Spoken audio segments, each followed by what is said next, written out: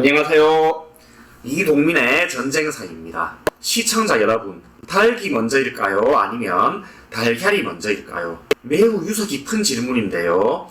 여기에 대해서 정답을 맞춘 사람은 아직까지 없습니다. 그런데 말이 먼저일까요? 아니면 마차가 먼저일까요? 말이 끄는 전차가 먼저일까요? 아니면 기병이 먼저일까요? 여기에는 정답이 있습니다.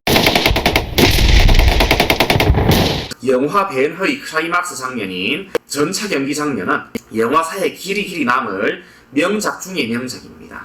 심지어 장기를 두면 마보다 차가 훨씬 강력하죠. 그렇기 때문에 차 떼고 포 뗀다 이런 말은 당연히 있지만 마 떼고 포 뗀다 이런 말은 들어본 적이 없을 겁니다. 그런데 실제는 좀 달랐습니다. 인류는 마차를, 전차를 타기 시작한 지 무려 1000년도 더 지나서야 비로소 말등에 탈 수 있게 됩니다. 전차가 전쟁터에 등장한 지 1000년 이상 지나서야 비로소 기병대가 그 모습을 드러내게 됩니다. 왜 그랬을까요? 그 이유는 말의 품종 개량 때문입니다. 우리가 아는 말은 에쿠스 페루스라는 야생동물을 길들인 겁니다. 에쿠스 페루스는 말과 굉장히 가까운 동물이지만 같은 동물은 아닙니다. 에쿠스 페루스는 당연히 학명입니다. 말의 학명은 에쿠스 카발루스. 조금씩 다르죠. 왜냐하면 인류가 에쿠스 페루스를 길들이는 데 성공한 뒤에도 수천 년에 걸쳐서 품종 개량을 계속 해왔기 때문입니다. 오늘날 지구상에는 에쿠스 페루스라는 동물은 더 이상 존재하지 않습니다. 왜냐하면 인류가 에쿠스 페루스를 죄다 말로 길들였기 때문이죠. 에쿠스 페루스는 유라시아 스테프의 끝자락인 우크라이나와 카자흐스탄 사이의 스테프 지대에서 대략 4000년 전쯤에 길들여지기 시작합니다. 아마도 처음에는 고기를 얻기 위한 것이 주된 목적이 아니었나 싶습니다. 그런데 인류는 말만이 갖고 있는 독보적인 능력, 잠재력에 주목을 하게 됩니다. 순하면서도 힘, 지구력, 순발력을 동시에 갖추고 있기 때문에 수레를 끌고 먼 거리를 지구력 있게 그러면서도 빨리 달릴 수 있는 겁니다. 그러면서 기원전 2500년 무렵에는 메소포타미아 일대에서 인류 최초의 마차, 전차가 그 모습을 드러내게 됩니다. 왜 말을 직접 안 타고 전차, 마차, 수레를 끄는 형태로 등장을 했을까요? 이 당시만 하더라도 말의 신체 구조는 사람을 직접 태우기에는 적합하지 못했습니다. 그랬기 때문에 사람을 직접 태우는 대신 전차, 마차 형태로 등장을 했던 겁니다. 전차의 전투력은 보병과는 차원이 달랐습니다. 기동력, 돌파력, 공격력 모두 보병은 전차의 상대가 못됐죠. 그러다 보니까 고대 세계에서는 전차를 많이 갖고 있는가 여부가 그 나라의 국력 또는 군사력의 척도였습니다. 그랬기 때문에 장기에서 차가 제일 강한 걸지도 모르겠습니다. 그런데 전차는 의외로 기병, 그러니까 말에 직접 타서 전투를 하는 것보다 약점이 많습니다. 우선 전차는 차체를 만들고 끌고 다녀야 되기 때문에 경제적이지 못합니다.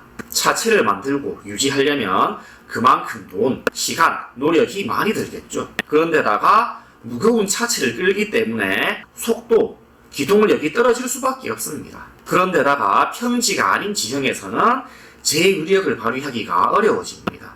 요즘 같으면은 자동차에 현가 장치라든지 복잡 정교한 장치들이 달려 있습니다. 그렇기 때문에 오늘날의 차량, 특히 오프로드 차량 같은 것들은 아주 험지에서도 잘 달릴 수가 있는 거죠. 그런데 고대의 전차가 이런 장치를 달고 있을 리는 당연히 없었습니다. 그런데다가 전차는 방향 전환도 어렵습니다. 그러다 보니까 나중에는 보병들이 진을 치고 있다가 전차들이 돌격해오면은 좌우로 길을 딱 터주면서 전차를 그냥 지나가게 만드는 그런 식의 방어 전술도 고안을 하게 됩니다. 기병은 전차가 가진 약점을 대부분 보완할 수 있습니다. 차체를, 수레를 끌 필요가 없으니까 당연히 경제적이고 기동력도 훨씬 뛰어납니다. 전차와는 다르게 평지가 아닌 지형, 구릉지 같은 지형에서도 어느 정도 효과를 발휘할 수가 있습니다. 다양한 지형에 적응하는 능력이 훨씬 뛰어난 거죠.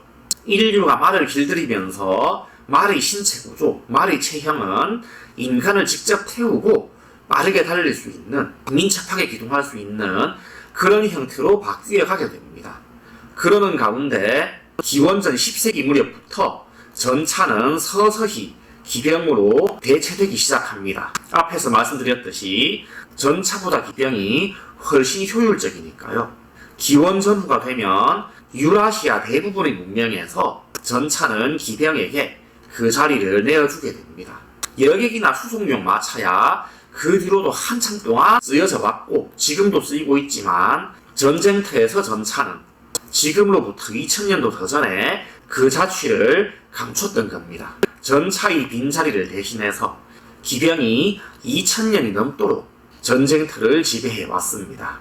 장기에서 차, 다시 말해 전차는 최강의 말입니다.